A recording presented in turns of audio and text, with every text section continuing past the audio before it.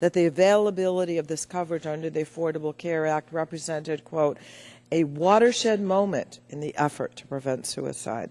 But, Mr. Chairman, some of the Republican legislative approaches has ignored this evidence. Your colleagues have voted over 50 times to dismantle Obamacare and take health insurance away from millions of Americans. And, Mr. Chairman, we've also heard about the importance of adequately funding mental health research. We hear the same about funding for suicide prevention efforts today. But, Mr. Chairman, the Republican legislative approach has ignored this evidence. Again and again, your colleagues have voted on funding and appropriations bill, including sequestration and the Ryan budget, that have resulted in stagnant budgets for mental health research. And today, Mr. Chairman, we'll hear about the availability of guns as a risk factor for suicide. Dr. Brent's testimony says that among healthy youths, and I quote, the only factor that differentiated suicides and controls was the presence of a loaded gun in the house, unquote. But, Mr. Chairman, when we talk about legislation to improve mental health outcomes, prevent mass violence, prevent suicide, your Republican colleagues refuse to even consider guns as part of the problem. The purpose of our oversight hearings ought to be to inform the legislative process, but in this committee's, that is not happening. Over and over and again, our witnesses tell us one thing, but the Republican majority does something else. That is a shame, Mr. Chairman. I hope we can listen carefully to our witnesses today and finally act on what they tell us. And I would like to yield the remainder of my time to Congresswoman Castor. Well, I thank my friend Congresswoman Schakowsky for yielding the time, and I want to thank you, Mr. Chairman, and Congresswoman DeGette for continuing to focus on the challenges families have all across this country with mental health issues. And I'd like to welcome our former colleague, Lincoln Diaz-Balart from Florida. Lincoln, you're representing families all across this country and speaking out on their behalf, and I want to thank you for your courage in talking about your son and his depression and suicide last year. And thank you for encouraging improvements in public policy when it comes to suicide prevention. And here's why this is so important. In America, the rates of suicide are going up, particularly among young people and veterans. There's some distressing news that, yes, as Congresswoman Schakowsky summarized, there have been budget cuts to the National Institutes of Health, the Centers for Disease Control, substance abuse, and mental health treatment. And it's going to be much more difficult to tackle these problems if we remain in this atmosphere of devolution. But the good news is that the Affordable Care Act is now providing coverage to millions of previously uninsured Americans, requires that all new individual and small group insurance plans cover mental health and substance abuse disorder services as one of the 10 essential health benefits. Plans are required to cover these services at parity with medical and surgical benefits, significantly expanding life-saving services. A February 2014 report by the American Mental Health Counselors Association found 6.6 million uninsured adults with serious mental health and substance use conditions will be eligible now for health insurance coverage, including coverage for mental health and substance abuse through the new Affordable Care Act marketplaces and exchanges. The president of the Psychological Association of America said that notwithstanding the politics of the Affordable Care Act, this prospect that millions of Americans will have health insurance covering mental health benefits at a level comparable with their physical health care is a watershed moment that could truly destigmatize mental health care and suicide prevention services. Thank you. I yield back. Thank you. I'd now like to introduce our first witness. He is the Honorable Lincoln Diaz-Balart, an attorney and consultant based in Miami, Florida. He's a former member of Congress where he served with great distinction between 1993 and 2011. He is here today to share, for the first time, a moving and personal story about Lincoln Gabriel. I greatly appreciate you being here, Lincoln. Normally at this time we would swear in a witness, but after consulting with the chairman and the ranking member, we all agree that an oath to be sworn is not necessary today because you speak from the heart. And the heart binds a voice to the truth far greater than a mere oath would. So with that, I will now give you time for your opening statement. Mr. Chairman, and Ranking Member DeGette, members of the committee, when you called, Mr. Chairman, last week and graciously asked if I would consider speaking here today, I consulted with my son Daniel. He and his older brother, our dearly beloved Lincoln Gabriel, LG, were very close. And I have ultimate trust in Daniel's judgment. I explained to Daniel what you had told me, Mr. Chairman, what the subcommittee and the experts, the Surgeon General, who will testify here today, will consider helping loved ones in mental health crisis. Daniel's words were, of course LG would want you to be there. If one person who might not otherwise get help is able to get treatment because of that hearing and its aftermath, LG would be happy.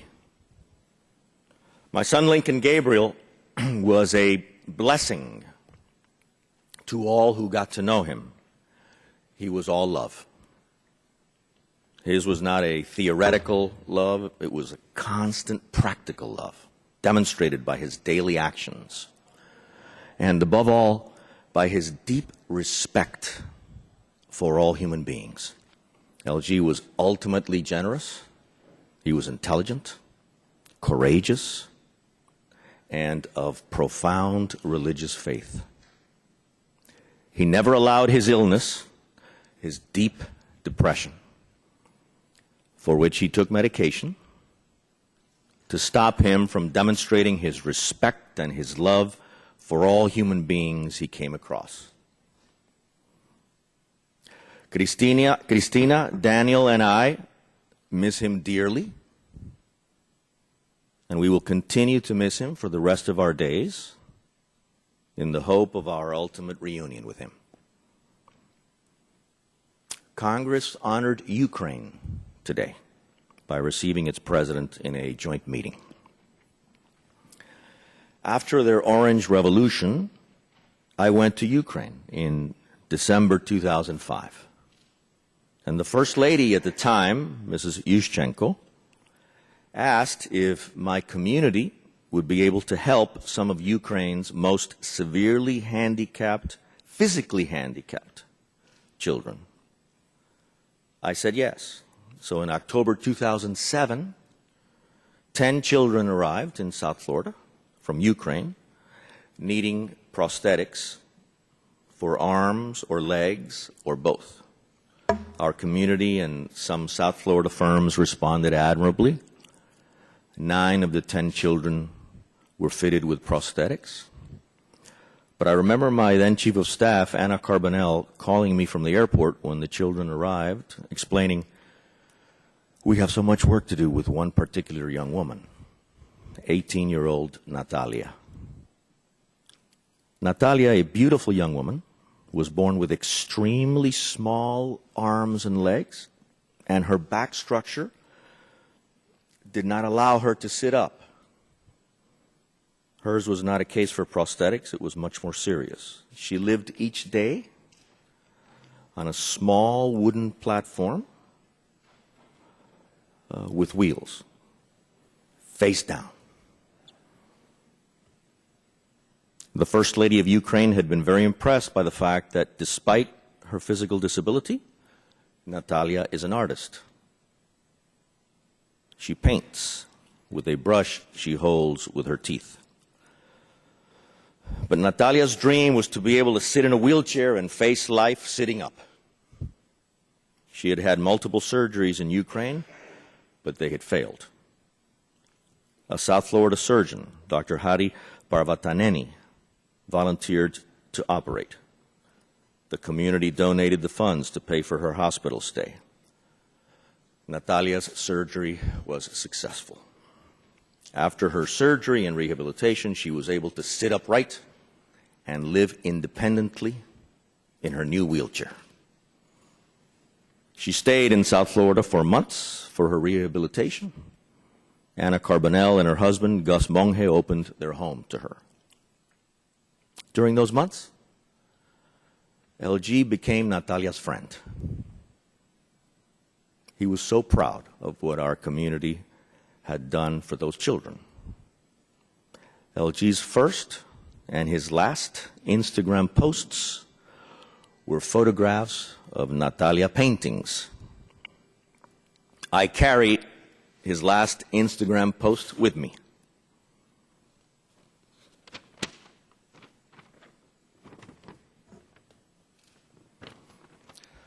Some friends of LG's wrote, "This is pretty cool. Who painted it?" A family friend from Ukraine named Natalia. LG answered. I have never met anyone more respectful of all human beings than my son Lincoln Gabriel. As I said, he was all love. I must admit, I believed that all you need is love. I never thought our tragedy of May 19, 2013 was possible. But it was possible. Sometimes, love is not enough. Assertive, proactive intervention is sometimes required to get needed treatment to those in mental health crisis, and thorough discussion of their illness with those who are sick. I have come before you today to thank you for focusing on this painful issue, and to thank the mental health experts, the physicians, those in the NGOs, in the executive branch, the Surgeon General, all those working to prevent tragedies such as the one my family experienced. Please find common ground, overcome differences in order to make progress. As my son Daniel said, if one person who might not otherwise get help is able to get treatment because of this hearing and its aftermath, LG would be happy. Thank you.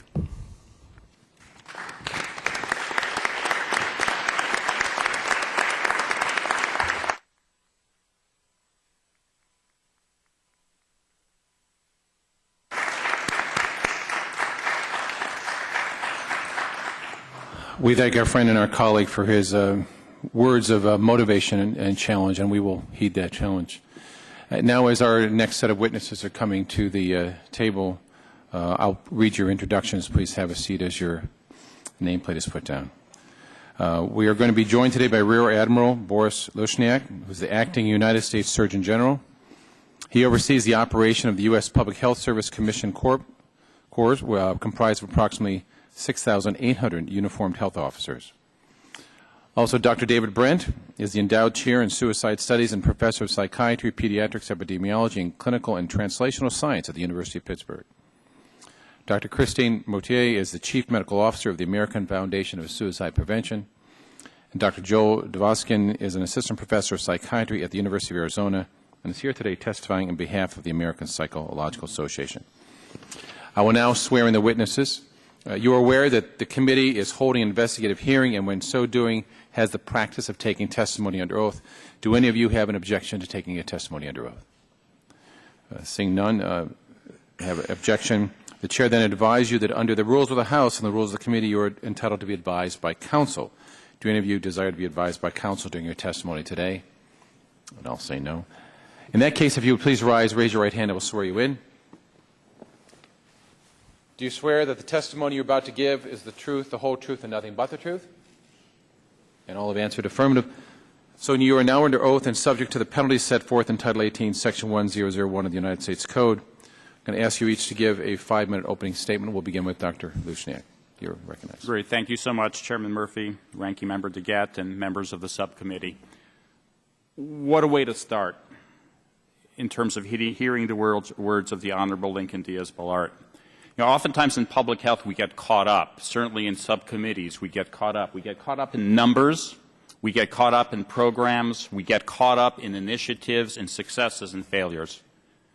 I submit to you, sir, starting off with a personal and poignant story, such as presented to us, really sets the tone for what all this is about, that this ends up being that one life at a time. And yet we know that although he came here very heroically to discuss the story of his son and their family's tragedy, the repercussions of that spread out. And each and every year, as we already heard, almost 40,000 people have stories like that.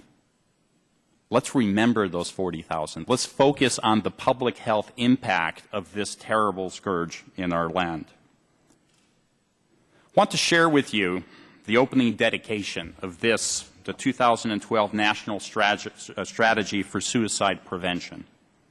And it goes like this. To those who have lost their lives by suicide, to those who struggle with thoughts of suicide, to those who have made an attempt on their lives, to those caring for someone who struggles, to those left behind after a death by suicide, to those in recovery, and to all those who work tirelessly to prevent suicide and suicide attempts in our nation. This is one of those quintessential components of any program, of any initiative, certainly initiatives out of the Office of the Surgeon General, that it's not one person, it's not one group. It's incredible clinicians, as I have to the left of me. It's incredible political structures and leaders that I see in front of me. It takes that proverbial village to have success in public health. For over a decade, the Office of the Surgeon General has led in this topic matter. This has been a priority. Surgeon General David Satcher, back in 1999, put out the first call to action, and in 2001, the National Strategy for Suicide Prevention. Most recently, my predecessor, the former Surgeon General Regina Benjamin, in partnership with the National Action Alliance for Suicide Prevention, updated this U.S. National Strategy for Suicide Prevention. I'm here as an acting Surgeon General. I'm a career officer in the U.S. Public Health Service, but here committed to demonstrate the commitment of the Office of the Surgeon General to continue to be visible and a long-term supporter of our nation's work in suicide prevention. I don't come to you as a psychologist, psychiatrist, behavioral science expert. These are people to the left of me here. We have that expertise behind me. My Chief of Staff, Captain Robert DiMartino, also a member of the U.S. Public Health Service, is a psychiatrist by training. He is there embedded within the immediate Office of the Surgeon General. I come to you as a person trained in family medicine, preventive medicine, and dermatology. I bring my commitment to a public health approach and public health expertise to these issues. Let me define this public health approach. What is the problem? We define the problem through surveillance and data. Why did it happen? We identify the causes and understand the risks and protective factors. What works? We develop and evaluate innovations, programs, and policies. How do you do it and accomplish the goal? We implement and ultimately disseminate interventions that work, evidence-based interventions. While the Office of the Surgeon General doesn't direct or have oversight over specific programs or agencies within the Department of Health and Human Services, the ability of that title of acting Surgeon General or the Surgeon General to bring the nation's attention and focus onto important public health issues remains an important and necessary part of our efforts to prevent suicide in our nation. We play a leadership role to bring together federal and non-federal partners, inspire them to identify the solutions, take collective action to address these key issues. That collaborative leadership was fundamental to the creation of the national strategy. Incidents of suicide, as we've heard, in spite of an encouraging trend between 1995 and 2005, has sadly remained largely undisturbed. Many people will ask, why? The unsatisfying answer is suicide is a complex problem that defies a simple solution. Still, there are many clues out there in the international realm. The United Kingdom, steady significant reductions in suicide rates, included access to 24-hour crisis care, assertive outreach for people with severe mental illness. Taiwan, follow-up aftercare after suicide attempts led to a 63% reduction. Means reduction has been successful in international settings. Regardless of the means, those who die by suicide are far from being the only ones affected by that tragedy. We have this as a catalyst, the National Strategy for Suicide Prevention, worked together by HHS agencies and outside partnerships. 13 goals, 60 objectives, reducing suicides over the next 10 years. We work together with the National Action Alliance for Suicide Prevention, a public-private endeavor. We have many examples of successes, and yes, there are many examples of failures in this. With the emphasis on effective treatment to prevent suicide and reattempts, one of our goals, we have various therapies that are out there, that are available, that need to be utilized in this evidence-based world. We are engaged in a long-term effort to change how our society thinks about serious mental illness and suicides. We have to work on those changes. If you could wrap up, Deputy. While much has been done, we know more needs to be done. I applaud you for bringing attention to this issue. I urge your continued support for suicide prevention. Thank you, Mr. Chairman, Ranking Member DeGette, and members of the subcommittee, and I look forward to further discussion. Thank you, Doctor. Now, Dr. Brain, you're recognized for 5 minutes. Make sure your microphone is on and pull as close to you as you can make it. Thank you. First, I'd like to thank you and your staff for inviting me. It's an honor to be here. I'd like to make a few points about what I think are things that we can do now that can decrease the suicide rate. And it starts with the premise that the single most important risk factor for suicide remains mental disorder. And there is evidence that if you improve the quality of treatment of mental disorder, that you can decrease the suicide rate. This has been demonstrated regionally in studies based in primary care. There are pharmacoepidemiologic data that show that there's an inverse relationship between prescriptions for antidepressants and the suicide rate. And one of the ways that we think about how mental illness contributes to the risk for suicide is that it affects a balance between distress and restraint, and that when you have low restraint against suicide and high levels of distress, that's when suicide ensues. And this is why insomnia, I think, is one of the most important risk factors for suicide. It's under-recognized. Many people are not well trained in its treatment. The way that it contributes is that it tends to increase disinhibition and dysphoria, which is a really bad combination, and something that can either precipitate or exacerbate suicidal thoughts. There also are efficacious treatments for suicidal behavior, and the issue is really one of dissemination at this point.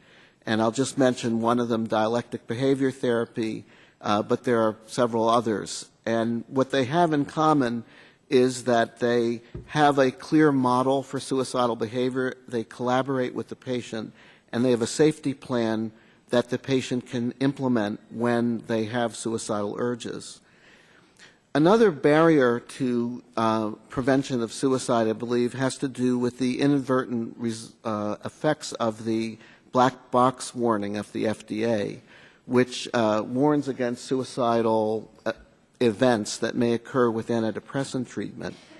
And what we've seen as an untoward consequence of that is a decline in the rate of diagnosis of depression and even a decline in referrals for psychological treatments for depression in adolescents. And although it's controversial, there are some studies showing that that's correlated with an uptick in suicide. Another thing that I think should be in our portfolio has to do with evidence-based prevention. The Washington State Institute for Public Policy has done cost-benefit analyses on different prevention programs and showed that there are certain ones that are evidence-based and yield a very high return for investment. And I think that some of these that could decrease risk factors that we know are related to suicide, such as aggression and substance abuse. The issue of lethal agents and suicide, guns in the United States are having a gun in the house greatly increases the risk of suicide, and it's not only in people who have mental illness, although that's the most concerning issue, but in our studies we found that in individuals where there wasn't a clear mental disorder, the only factor that differentiated between suicide victims and people in the community was having a loaded gun in the home. And so we know that there are interventions that can be done in primary care that can at least encourage people to store guns in a secure manner so that a disinhibited or impulsive act won't lead to a fatality. And we would urge that this be considered as an important public health measure. There are service system changes that can lead to improvement in the suicide rate. And Dr. Lushniak alluded to this, but in England they showed that implementation of care coordination, 24-hour beds, crisis beds, assertive outreach if people don't show up for their appointments, and dual diagnosis treatment, that is substance abuse and mental disorder combined, were associated with decline. When they implemented these recommendations, it was associated with a decline in the suicide rate. And so to conclude, I just wanted to share what I think are some recommendations that may help us to reduce the suicide rate, which has to do with improved recognition and treatment. And I think the most promising area in this is in collaborative care, where mental health treatment is co-located in primary care. Dissemination of evidence-based treatments that have been shown to reduce suicide, coordination of care, and the mental health system, service system innovations that have been shown in England to reduce suicide. And I think that there are some research areas that could have relatively high payoff quickly. One is in whether better recognition and treatment of insomnia could have an effect on the suicide rate, safety counseling in primary care, whether restriction of availability of lethal means could reduce the suicide rate, and I think research on trying to find agents that have a more rapid onset of antidepressant effect than the ones that we're currently using. And I think that, finally, evidence-based prevention judiciously used. And I think these recommendations, many of them are partly in place now, I think could make a favorable impact on the suicide rate. Thank you. Thank you, Doctor. Now, Dr. Moutier, if you would pull the mic close to you and turn it on. Appreciate your testimony.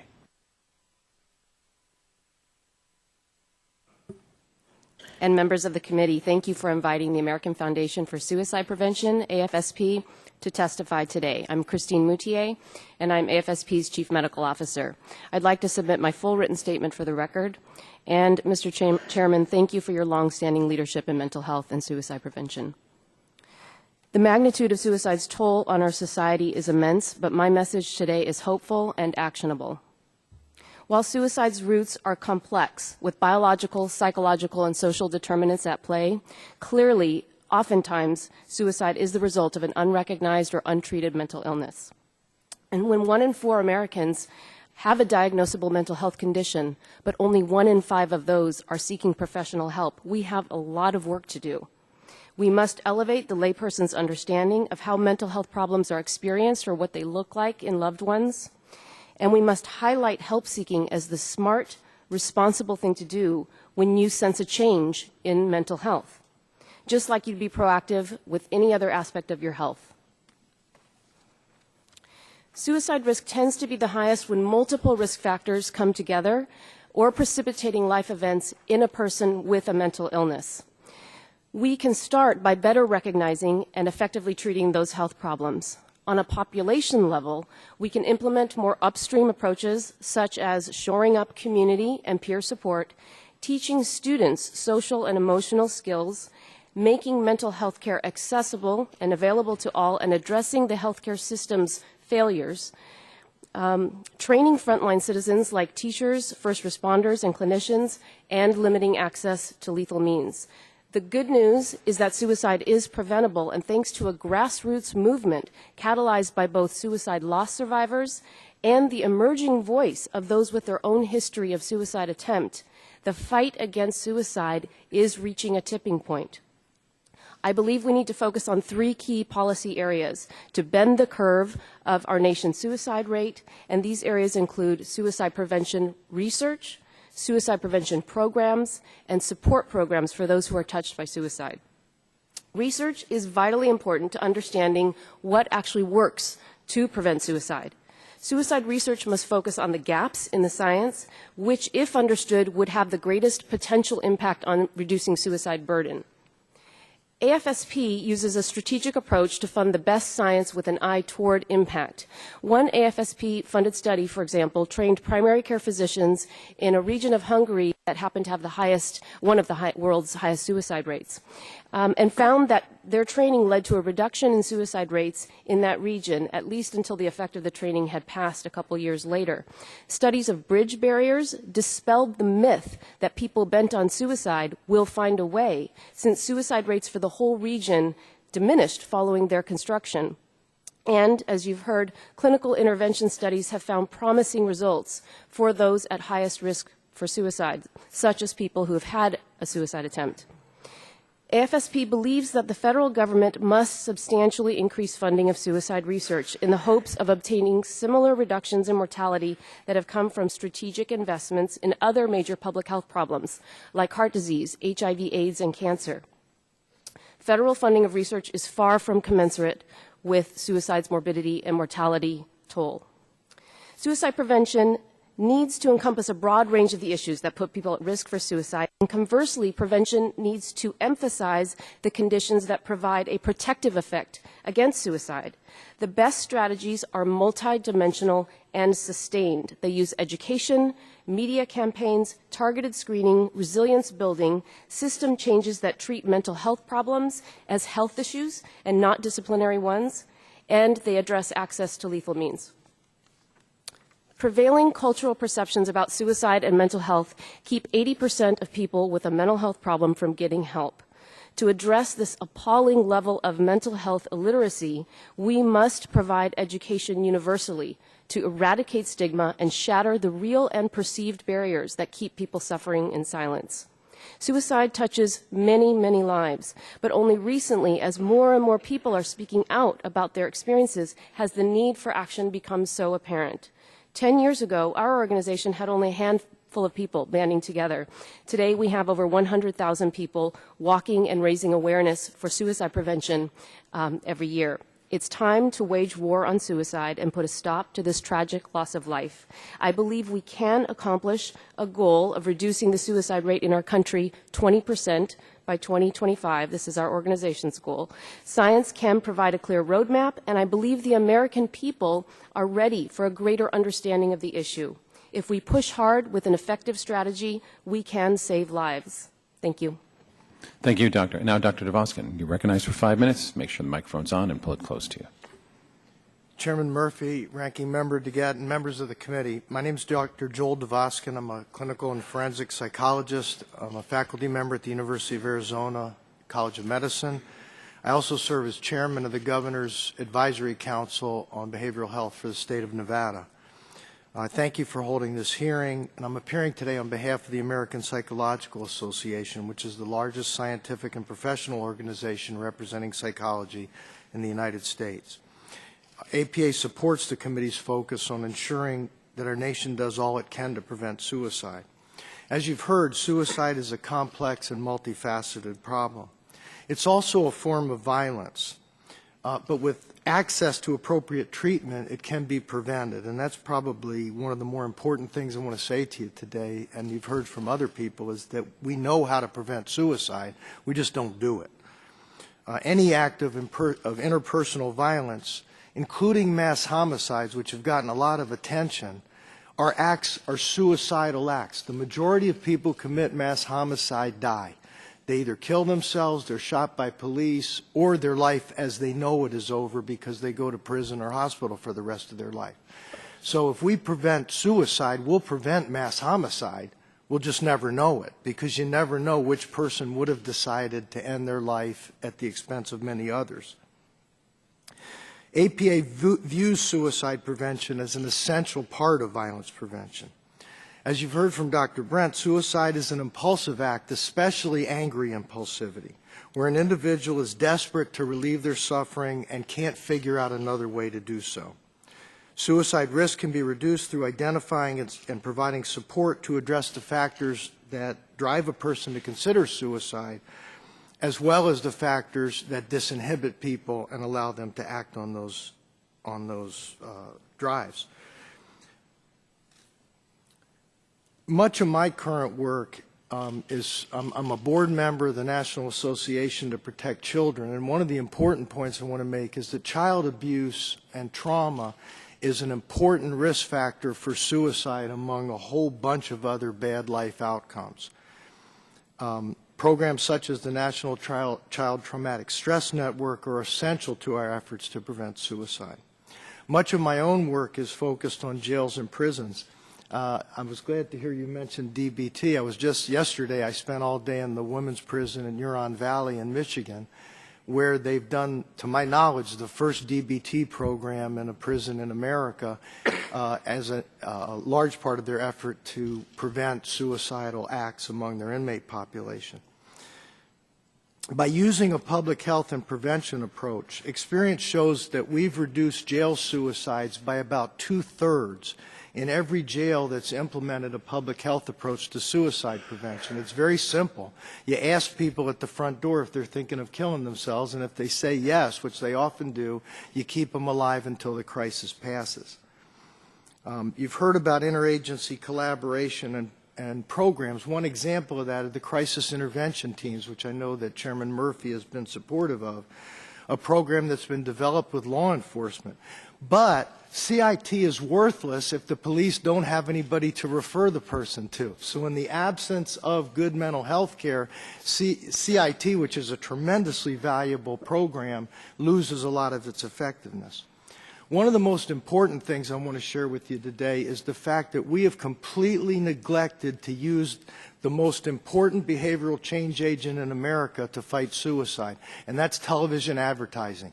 Television got everybody in America to put deodorant on every morning, but we've never tried to use it to change behavior on a much more important thing. And I think the committee could use its power to get some cooperation from television advertisers to fight stigma and to get people to tell us when somebody they care about, their life is in danger due to suicide. We know what works, but not all Americans have access to the effective treatment and crisis intervention that's necessary. We need to have more trained professionals, including people who have been through problems with mental illness and are very effective peer service providers. I very much agree with the Chairman's push to at least revisit the Medicaid IMD expansion, which will hopefully make more acute crisis beds available for people who are now choking emergency rooms where people can't get life-saving treatment, and it's bad treatment for a serious mental illness or a psychiatric crisis as well. My time's almost done. I just want to add a couple of other things. One of them is that the National Violent Crime Reporting System currently only exists in 16 states, and I urge you to consider expanding that nationwide so that we can do some of the research that you've heard about before. I want to express my deep appreciation of the committee's work and its ongoing attention to the prevention of suicide and the treatment of serious mental illness in America. Over my many years in this field, I've seen tremendous progress in figuring out how to fight suicide. We just don't implement these tools broadly enough. Suicide, like so many tragedies, is the direct result of despair. And there's only one cure for despair, and that's hope. It's my hope that our political parties can join together in a bipartisan effort to give people in the most acute despair some measure of hope for a better life by improving the services that are provided to people experiencing emotional crisis and psychological pain. This can happen to any of us, and we must ensure that help is there in time of crisis. Can we afford to do this? I would propose to you that given the cost of each suicide, we can't afford not to. Thank you very much. Thank you. I thank all the panelists for your important testimony. Let me open up questions here for 5 minutes. We'll alternate with other questions. Surgeon General, in 2010, a progress review on the National Strategy on Suicide Prevention prepared by the Suicide Prevention Resource Center identified the ultimate policy goal behind the national strategy as reducing the morbidity and mortality of suicide behaviors Is this the aim of the national strategy as you understand it as well? It is to a large extent. And morbidity, I have to clarify here, morbidity is the world of attempts. Yes. Right? We all know that within the realm of suicide, there is a whole spectrum. And it starts with the concept of suicide ideation, suicide planning, suicide attempts, and then suicide. And so ultimately, within the national strategy is really a concerted effort across multiple government agencies and with the private sector components to be able to say, as already stated here, to reduce that incredible burden on our society, the number of ultimate suicides that do occur. Thank you. Also in September of this year, on a blog post, NIMH Director Tom Insel noted that despite increased availability of mental health care and medications for depression, the U.S. suicide rate has remained largely unchanged. And, of course, we also know in some areas it's gone up. Would you agree that this data suggests that our national strategy dating back to 2001 has not been effective in reducing the number of deaths by suicide and we need to make some changes? Well, I think the changes are in progress of being made. I think going back to 2001, we realized in 2001 was the first strategy. This most recent strategy came out under Surgeon General Benjamin back in 2012. So actually, this is the second anniversary of the release of this strategy. So it's too early, in my view, to say that things are not successful. Yet I realize we're all frustrated with the fact that success is, if it's going to be there, is coming rather slowly. And so there is a frustration. Now, built into this are multiple other changes that are going on, including the idea of, one of the objectives of this, Objective 5.4, which focuses on strengthening efforts to increase access to and delivery of effective behavioral health services. Now, that certainly has changed with the Affordable Care Act. The Mental Health Parity and Addiction Equity Act will give 60 million people extended access to mental health and substance use disorder services. And depression screening, alcohol misuse screening, and counseling are now covered as free preventive services under ACA. So my sense is that to be able to go back to 2001 saying things aren't working, my sense is I'm going back to 2012 and reanalyzing. But it's clear we have to do something. As I've talked with former Congressman Lincoln Diaz-Balart, he told me that access was not a problem, and I'm sure we would agree that for Robin Williams, insurance and money was not a problem. But Dr. Brand, you've seen considerable success in some of your research, in particular the STAR Center. How was the STAR Center performed? And I think it's the only one of its kind in Pennsylvania. And is it serving as a model for other states in terms of ability to have positive results? Well, I don't know how unique it is, but our program is funded by the Commonwealth of Pennsylvania, and it allows us to do things that often clinicians don't do because it's not billable. But I would say that the things that we do that I think lead to our effectiveness are we spend a lot of time on supervision and training using evidence-based treatment. We work as a team, and so decision-making is shared, and you're less likely to make a mistake than if you have multiple opinions. We spend time coordinating with other institutions, so our clinicians will go to schools, inpatient units, and so on. This is not reimbursed currently, but we feel that it's important. And I would say that we have a sense of mission and discovery, and I think we're critical about our own work, and we're always looking to improve. Well, and we hope you'll continue to share much of that research with this committee because it is an exemplary program. Dr. Moutier, the Washington Post ran an article in its August 12, 2014 issue quoting you extensively in the media treatment of Robin Williams' suicide. In particular, you took issue with a tweet by the Academy of Motion Picture Arts and Sciences, which you argued ran contrary to a healthy dialogue. I don't know if we have that tweet available up there. It's right there. And it says, Jeannie, you are free. How can the American Foundation of Suicide Prevention and similar groups bring the myths and facts about suicide and suicide prevention to the attention of organizations and commentators active on social media? Could you please comment on how we need to change that? Yes, I think that speaks exactly to the disconnect and the level of ignorance that's out there. Obviously, they meant well with that statement. And little did they realize that to a vulnerable individual, especially a young, vulnerable person, that really presents an idea that suicide is being idealized and it's a solution and makes it more acceptable. And I'm sure they did not mean to do that, but that kind of messaging is being done still to this day quite frequently. My organization partners with other organizations. We've already produced media guidelines for safe messaging and actually maybe even effective prevention messaging about suicide after an event has occurred that has the public's attention. We are doing things like working with the media. We just attended a conference this week to try to raise this level of education. We have friends in the Associated Press who are working to, for example, get the term, the phrase, committed suicide banned from the AP Style Guide, which would be a measure of progress as well, so that it's not associated with a criminal act. Thank you very much. Now recognize Ms. DeGette for 5 minutes. Thank you very much.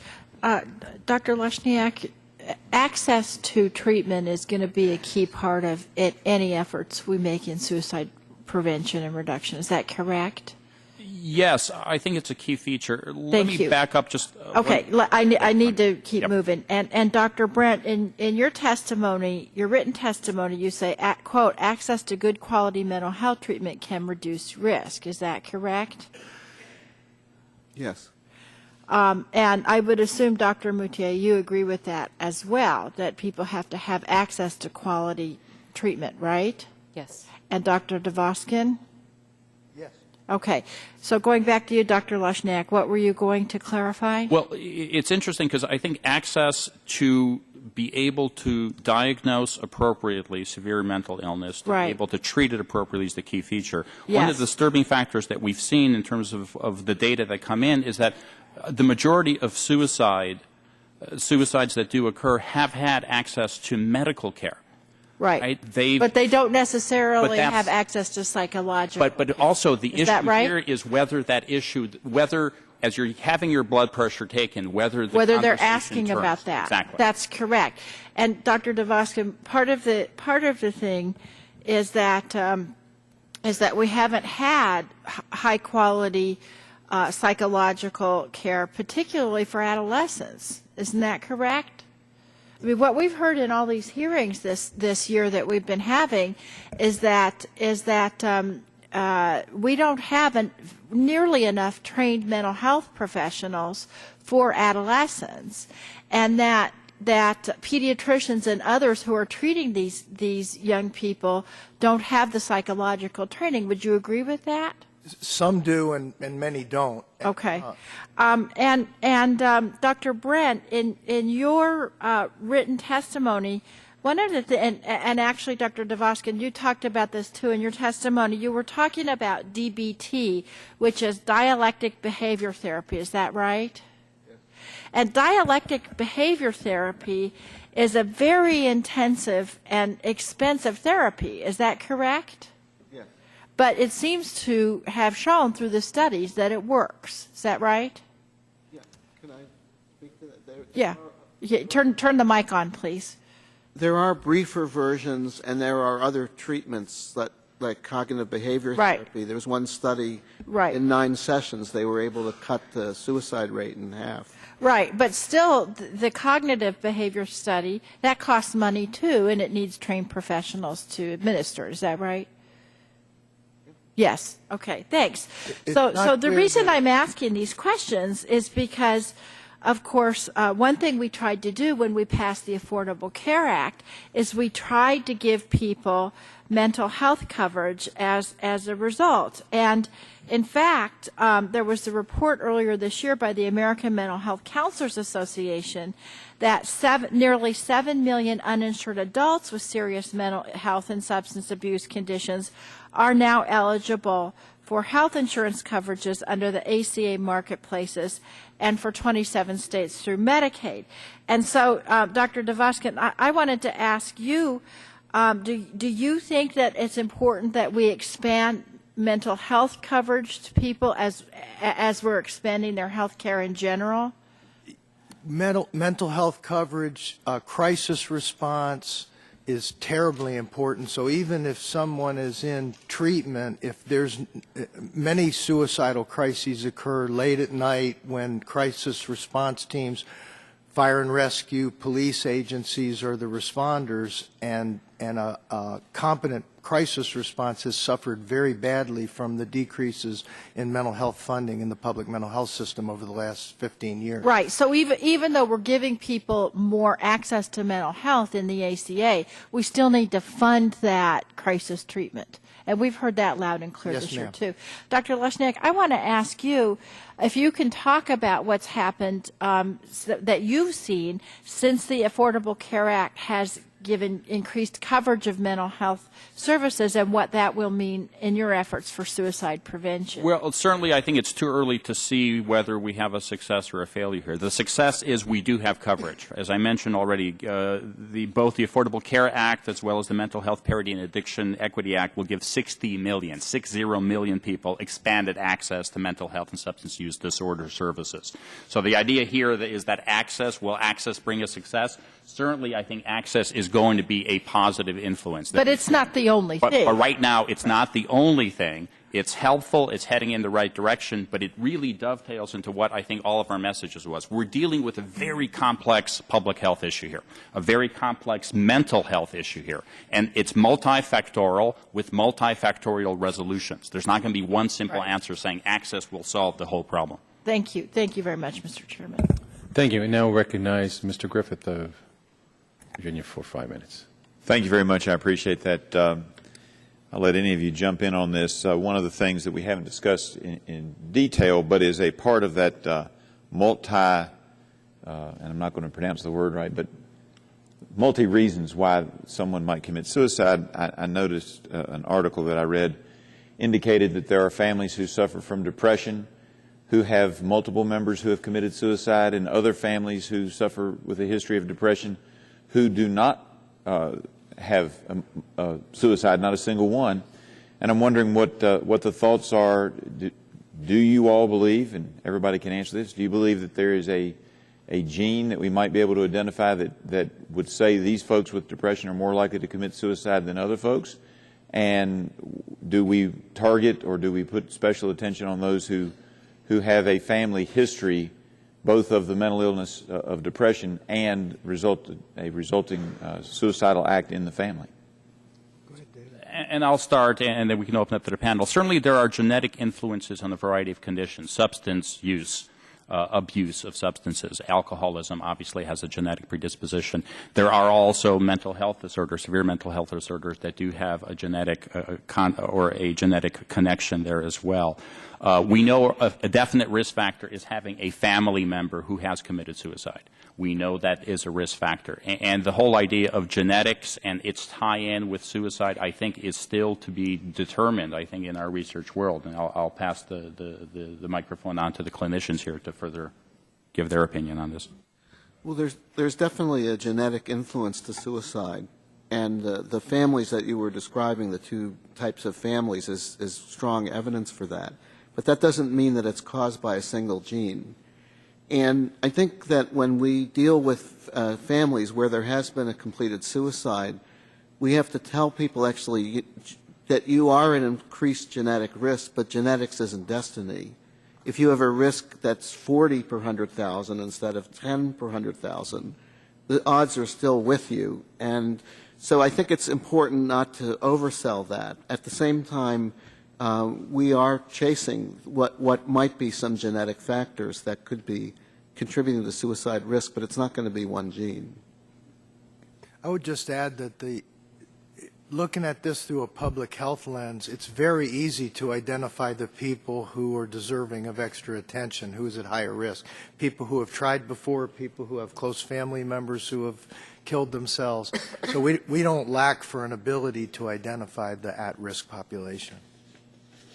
Did you want to add anything? Well, I think I'll just say it's as you heard, we have things that we can implement now.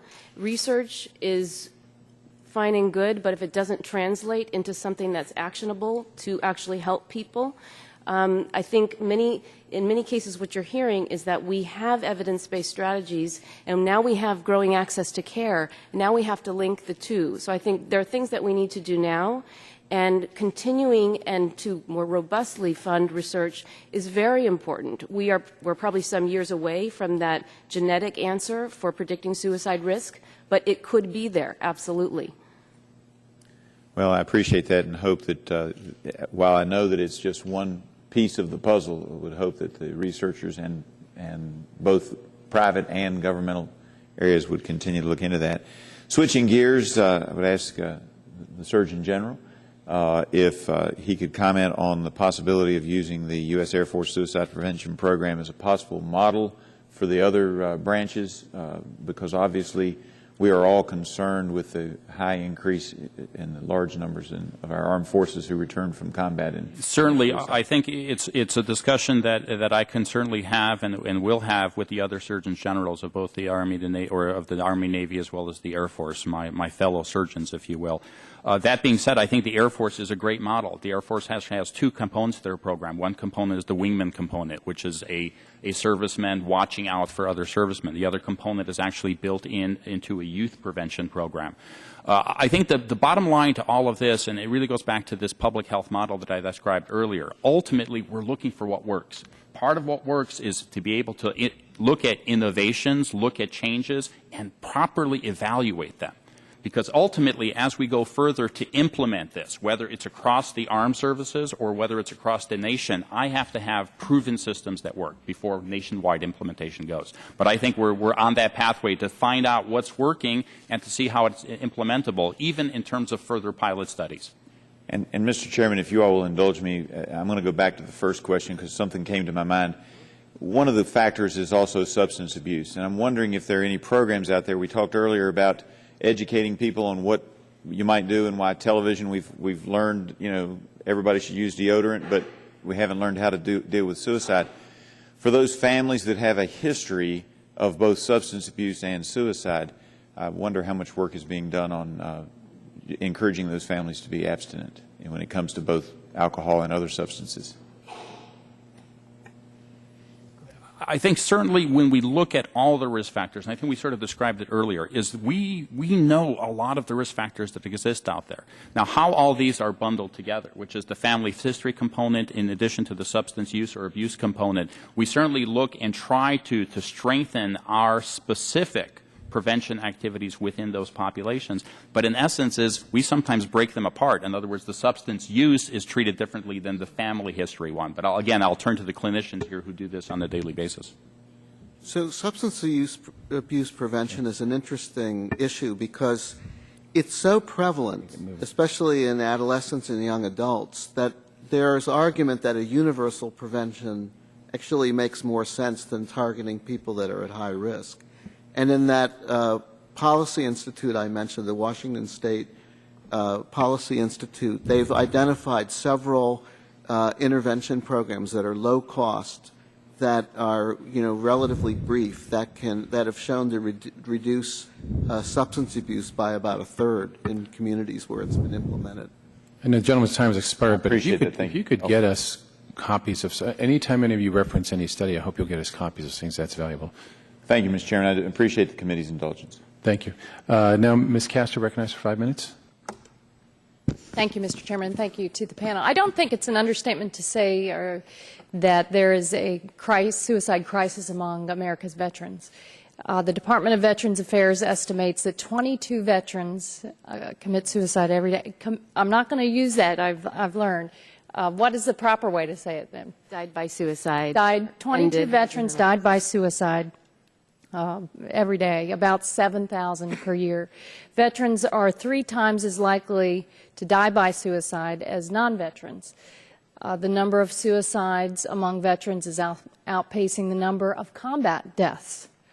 So this is a real national tragedy. Dr. Lushniak, why are we seeing these trends? I think people kind of understand the stresses, but what can you tell us?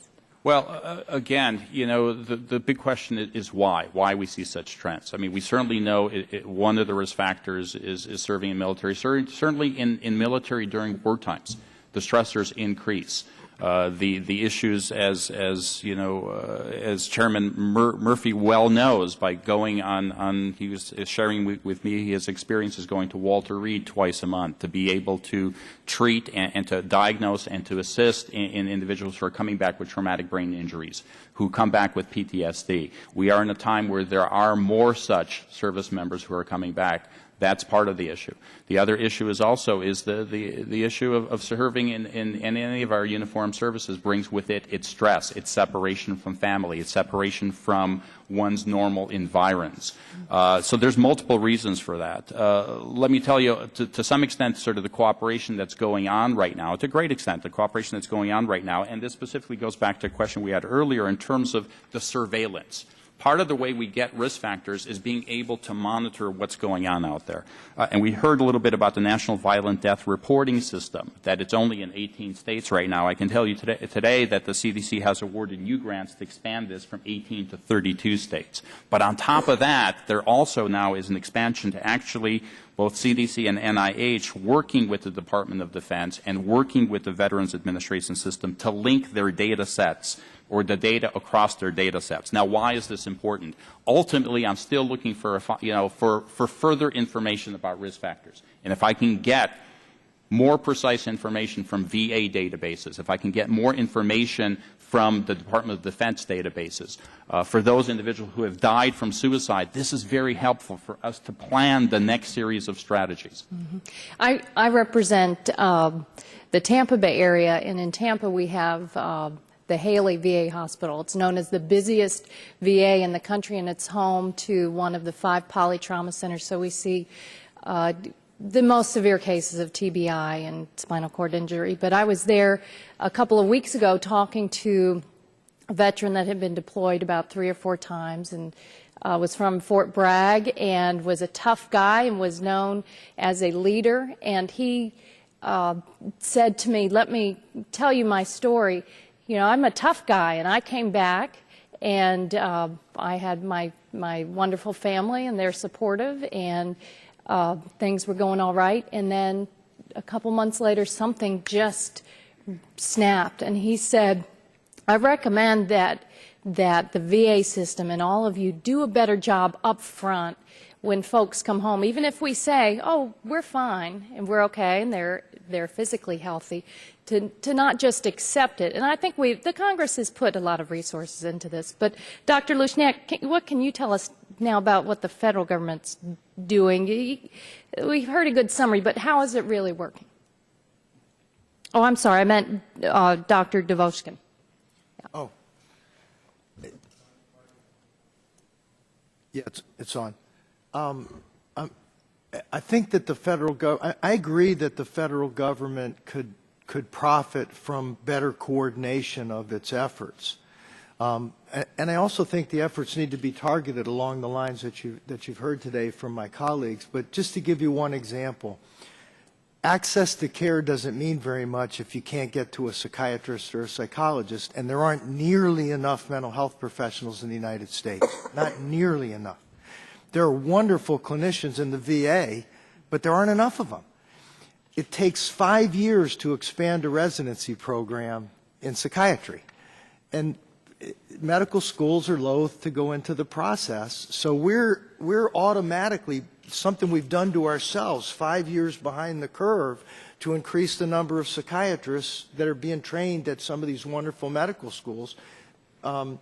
And you can't bill for a resident. You can't bill Medicaid for the services provided by a resident. Well, this is something we're doing to ourselves. There's no reason in the world for that rule, but it's something that we do. So there's a lot of ways that the federal government could streamline existing programs, coordinate existing programs, and add the kind of evidence-based practices that my colleagues have talked about today.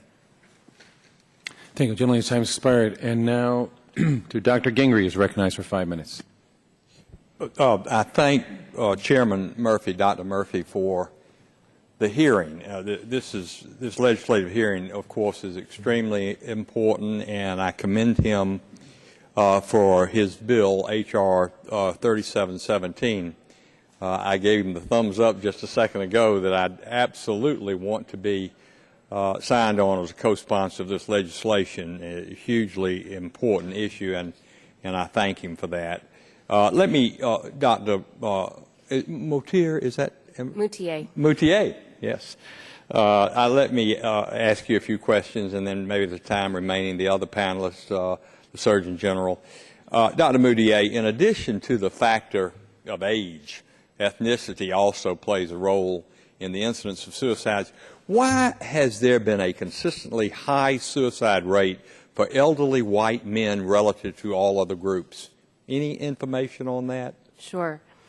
I can speak to that while we also speak to the largest rise that we've seen in suicide rates perhaps ever, which is in middle-aged men, actually, 35 to 64 years old. Over the last decade, their rates of suicide rose almost 50%. I would speak to a number of things, including all of the basic things that you've already heard about the prevalence rates of mental health problems and distress, and what happens when we don't take proactive care of ourselves. I would cite the role of culture that we've had in particular segments of society, and we think about military, veteran, physician, and first responder populations. What they all have in common is higher rates of suicide than the general population, and a very tough, macho, sort of can't acknowledge being a human being type of culture. Right. Well, let me just interrupt you and thank you for that. And I would just intuitively think, you know, the pressures of life as you get a little older, and the financial pressures are greater, and maybe the children and the grandchildren didn't turn out quite the way you wanted them to, and you get a little depressed. And so that leads, well, not a little depressed, that leads to my next question. And if you would comment on the statistic that 90% of the people who commit suicide were previously diagnosed with mental illness. Is it known what percentage of these diagnoses are comprised of, well, qualify as a serious mental illness? It's a really good question. And it's actually that in greater than 90% of the cases of suicide that have been studied through this method of psychological autopsy method had a diagnosable mental health condition. In most cases, they actually had not necessarily been diagnosed or treated. So that method is a little bit tricky. Among those who had a diagnosable mental health condition, the majority of them, it was a substance abuse combined with a mood disorder. So depression is actually the most common mental illness represented in those studies. But next comes substance abuse combining with depression and bipolar disorder, and then other conditions like personality disorders and psychotic disorders. All of those are represented, but the vast majority of that, 90%, is depression, substance abuse, and other mood disorders. Well, your response is why, really, I'm so excited about Dr. Murphy's bill, because, I mean, it addresses a lot of those issues and gets right to the core of the problem. Dr. Lushniak? Lushniak, yeah. What the heck, Dr. L. Our Surgeon General, let me ask you this. Suicide among those who serve in our armed forces and among our veterans is a matter certainly of national concern. 2012 National Strategy for Suicide Prevention identified the United States Air Force Suicide Prevention Program as a possible model for use in other settings, including civilian. Are there particular evidence-based programs in use at either the Department of Veterans Affairs or the Department of Defense, like the Air Force, that you would recommend expanding to our civilian healthcare system as well? Well, certainly there's multiple programs within the VA system, within the DoD, within Health and Human Services. I'll provide one example, although, you know, evaluation is always the difficult thing with any programs. But I'll describe the lifeline, the crisis call-in line that exists out there. I mean, here's an example where last year, in 1 year alone, 1 million calls come in to a lifeline system. This is a call-in system that already, and there is evidence saying that once people have called in, there are positive repercussions from that call-in.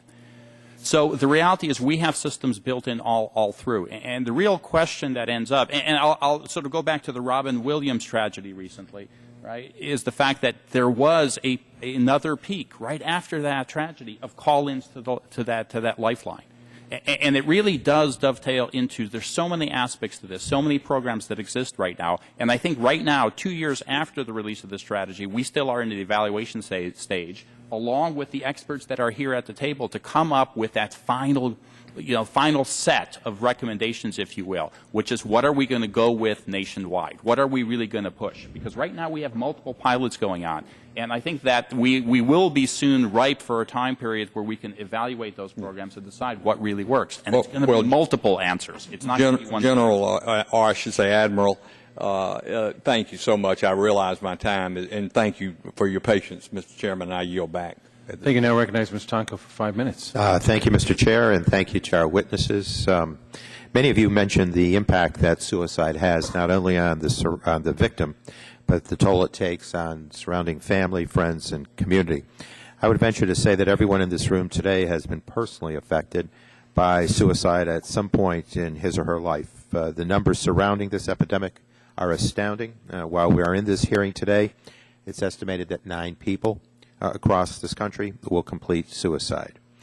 Dr. Moutier, just to ensure that everyone in this room and watching this hearing has access to accurate information, what actions should one take if they or someone they know is expressing risk signs for suicide? Sure. I think the first thing to say, which sounds very basic, but if it's somebody that you know and not yourself, is to don't write it off. Don't write off that thing that you just observed to the stress of the day, because we do a lot of that in our society.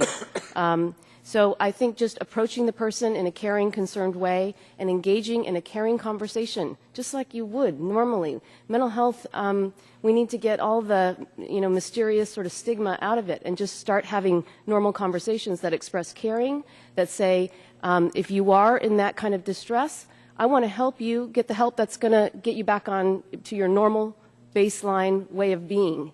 That this is something that can happen to any one of us. It's part of the human condition. So normalizing that. If it's a matter of safety, then of course you have to act a little more urgently. And in that case, certainly local emergency departments are available. Also, the National Suicide Prevention Lifeline, 1-800-273-TALK, is a number to call 24/7 for yourself or for somebody you're concerned about. Thank you. And Dr. Moutier, the Affordable Care Act, in conjunction with the Mental Health Parity and Addiction Equity Act, all of those have strengthened insurance coverage for mental health benefits for an estimated 60 million people. Yet, according to a recent New York Times story detailing experiences in Kentucky, many people are still having trouble accessing coverage due to an overwhelmed delivery system. Failure to access services in a timely fashion could be devastating for those contemplating suicide, as you just indicated. What more do we need to do to ensure that there will be an adequate supply of providers to handle the mental health needs of our community? I think it starts with both improved training of the existing healthcare workforce, as well as down the pipeline, the medical students and other disciplines who are coming up. People may be shocked to know that in only 2 states in our country is suicide education, a small module on suicide, even mandated for mental health clinicians who are in training. So we have so much work to do, and in some ways I would say that should give us hope, because we can do that kind of thing. You've already heard that to expand the workforce of mental health clinicians is right now we've sort of just tied our own hands behind our back. We're not able to do that when we can't even expand our residency training programs and other disciplines as well. So I think there are a number of things that can be done from a policy standpoint that we should really take a hard look at, that are creating the obstruction. Mm-hmm. And Admiral, thank you very much. Admiral Lushniak, in your testimony, you referred to the recent World Health Report on suicide.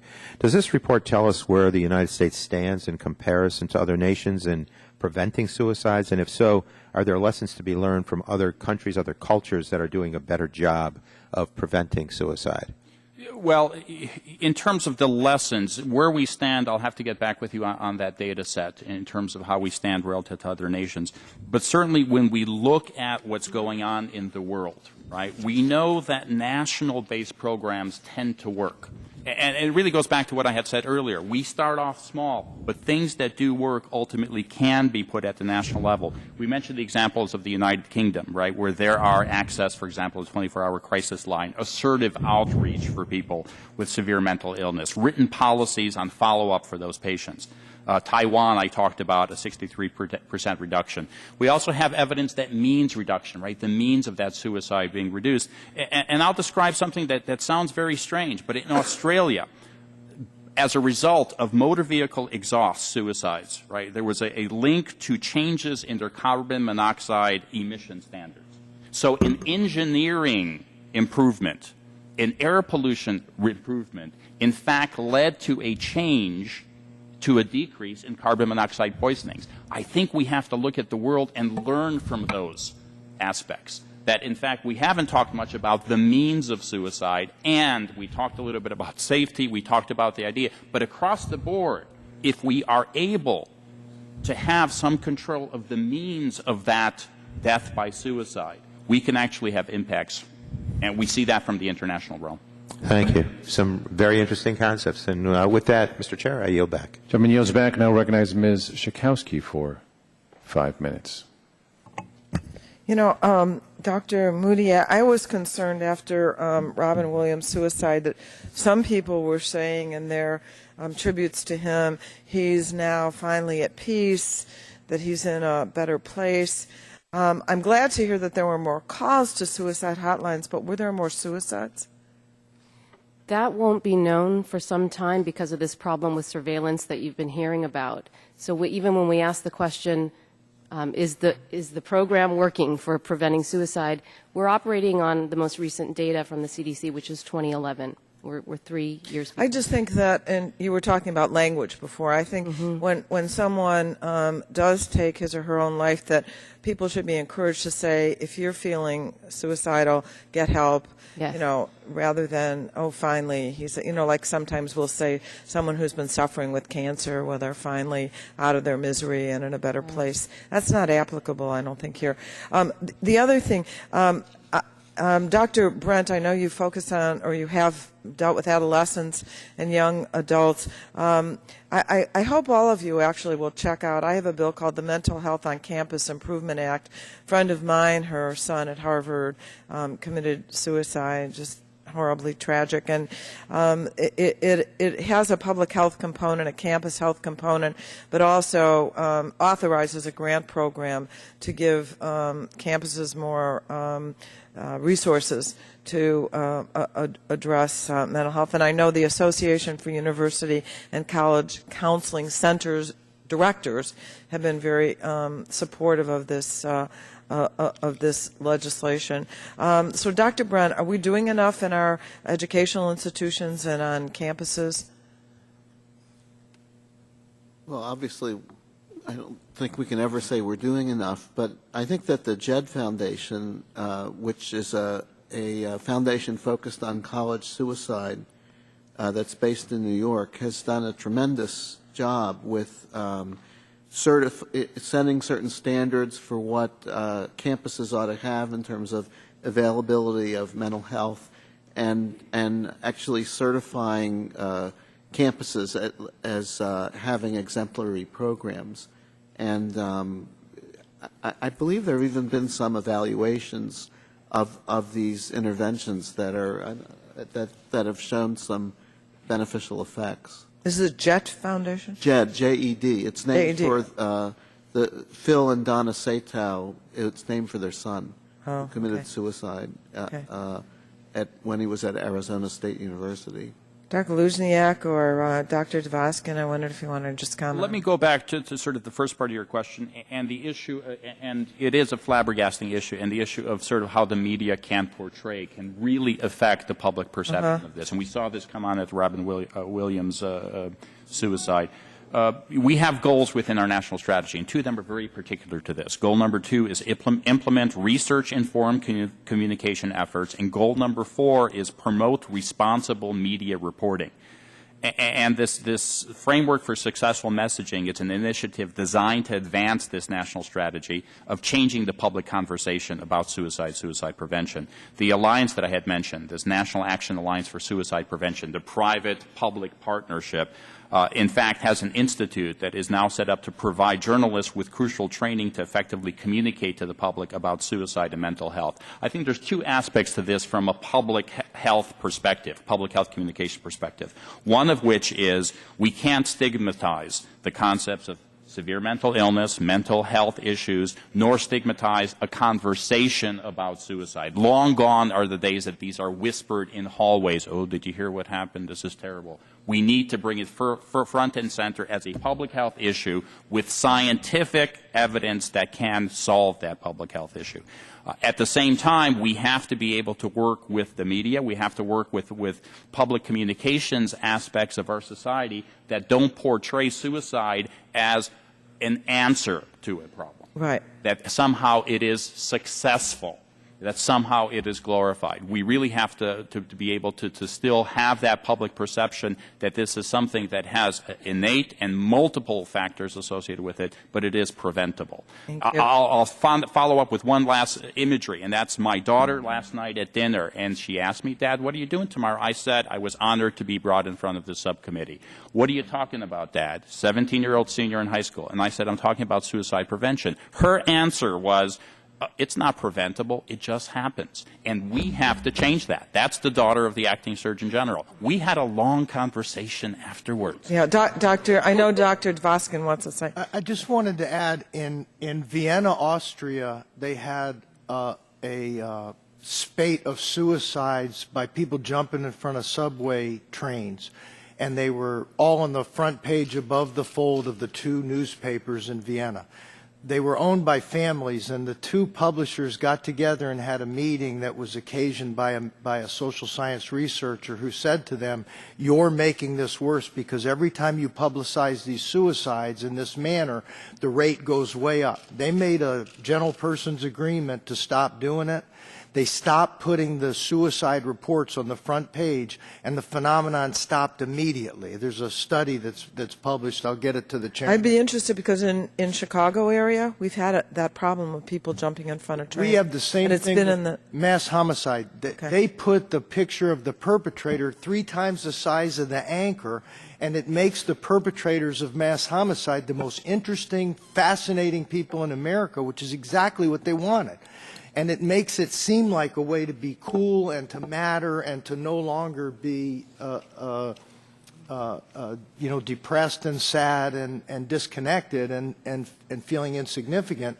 All you got to do is kill a bunch of people, and the press, the electronic media is making it worse. Get us the Hamburg study. I'd like to see it. Okay, thank you. I thank the members. I thank the panel. Just clarifying questions. Dr. Muti and Dr. Brand, or others, you can come into this. You said substance abuse that increases risk. Any particular substances? It's across the board, but certainly alcohol would be the most common. Okay. And just to clarify, there are people with addictions who are at risk for suicide, okay. And then there's the use of substances in the act of dying by suicide.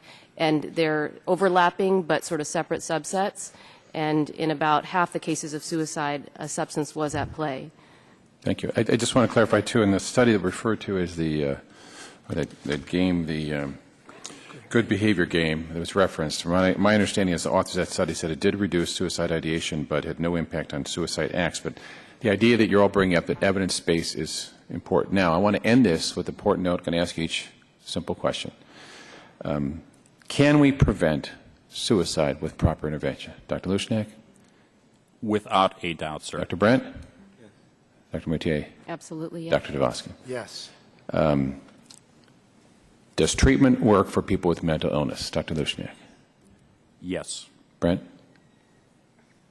Dr. Some of the time, but it's better than no treatment. Good. Dr. Moutier? Yes, and it needs to be the right treatment. Thank you. And Dr. Dvoskin?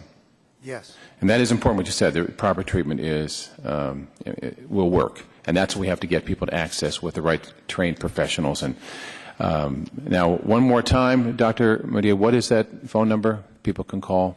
1-800-273-TALK, and that is the National Suicide Prevention Lifeline. And there's lifelines in people's communities as well they can look up. Look, I want to thank this committee. I know that we'll be breaking here for the next few weeks, and Congress will not be here. This committee is exemplary. I continue to get comments around the nation as I visit communities to talk about mental health. This is an issue that Congress has not been willing to take up at all, let alone in the depth. So this exemplary, my colleagues on both sides of the aisle share the passion for helping people in mental health crisis. I want to thank you all. I also want to ask that unanimous consent, Dr. Burgess asked if we can include articles, one from Health and Science, when doctors commit suicide, it's often hushed up, and an article from the New York Times, why do doctors commit suicide? I'd also like to submit for the record Article from the American Journal of Psychiatry, Modifying Resilience Mechanisms in High-Risk Individuals, a Controlled Study of Mindfulness Training in Marines Preparing for Deployment by Dr. Johnson, Potterat, and others. Without objection, I'll include this in the record. Let me also say, unanimous consent that the records, that the members' written opening statements be introduced in the record without objection. Those will be there. I'd like to thank all the witnesses and members that participated in today's hearing.